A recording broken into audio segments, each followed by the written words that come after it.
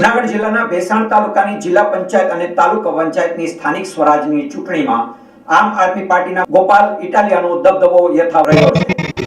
ગુજરાત રાજ્યમાં જ્યારે સ્થાનિક સ્વરાજ્યની ચૂંટણીનો માહોલ જામ્યો છે ત્યારે જૂનાગઢના ભેસાણ તાલુકામાં આમ આદમી પાર્ટીનો દબદબો યથાવત રહ્યો હતો।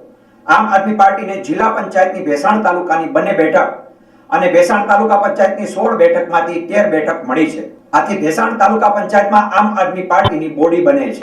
ત્યારે ગત રાત્રે 8 વાગ્યાના સમયે આપના ધારાસભ્ય ગોપાલ ઇટાલિયા ભેસાણ પહોંચ્યા હતા અને ભેસાણના શ્રીરામ ચોકથી સરદાર ચોક સુધી વિજય સરઘસ કાઢવામાં આવ્યો હતો। આ તકે ડીજેના તાલે વિજેતા ઉમેદવારો સાથે ઘોડેસવારી કરી વિજય સરઘસમાં જોડાયા હતા। ગોપાલ ઇટાલિયા સહિત જિલ્લા અને તાલુકાના જીતેલા ઉમેદવારોને સાથે રાખીને વિજય સરઘસ કાઢવામાં આવ્યું હતું, જેમાં સરદાર ચોક ખાતે સરદાર સાહેબની પ્રતિમાને ગોપાલ ઇટાલિયા સહિતના ઉમેદવારોએ હાથતોડા કરી જય સરદારના નારા લગાવ્યા હતા। આ તકે ગોપાલ ઇટાલિયાએ ખુશી વ્યક્ત કરતા જણાવ્યું હતું કે અમારા જીતેલા ઉમેદવારો ભેસાણ અને વિસાવદર તાલુકાના તમામ ગામોમાં વિકાસના કામો કરશે તેવી ખાતરી આપી હતી। આ તકે આપના જીતેલા અને હારેલા ઉમેદવારો હાજર રહ્યા હતા। તાલુકાના તમામ ગામોના નાના મોટા કાર્યકરો આ વિજય સરઘસમાં જોડાયા હતા। આજે સ્થાનિક સ્વરાજ્યની ચૂંટણીમાં આમ આદમી પાર્ટીને આખા ગુજરાતમાં ખૂબ મોટી સંખ્યામાં આવકારો મળ્યો છે। નર્મદા જિલ્લાની આખી જિલ્લા પંચાયત પૂર્ણ બહુમત સાથે આમ આદમી પાર્ટીની બની છે।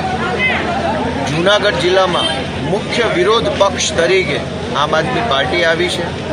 આ સિવાય 15 જેટલી તાલુકા પંચાયતોમાં આમ આદમી પાર્ટીની પૂર્ણ બહુમતી સાથે બોડી બની છે। અમારા વિસાવદર તાલુકામાં અને ભેસાણ તાલુકામાં આમ આદમી પાર્ટીની પૂર્ણ બહુમતથી બોડી બની છે। વિસાવદર વિધાનસભામાં 8 જિલ્લા પંચાયતો પૈકી 6 જિલ્લા પંચાયત બેઠક ઉપર આમ આદમી પાર્ટીનો ભવ્ય વિજય થયો છે। કુલ મળીને આખાય ગુજરાત આમ આદમી પાર્ટીને જબરજસ્ત આવકાર મળ્યો છે। સ્થાનિક સ્વરાજ્યની ચૂંટણીમાં ઇતિહાસમાં ક્યારેય ભાજપ કોંગ્રેસ સિવાયની પાર્ટીની જિલ્લા પંચાયત નથી બની, આ વખતે બની છે। આવો ઐતિહાસિક જનાદેશ ગુજરાતના ખેડૂતોએ, ગામડાના માણસોએ, અમારા વિસાવદર, ભેસાણ અને જૂનાગઢ તાલુકાના સૌ ગ્રામજનોએ આપ્યો છે।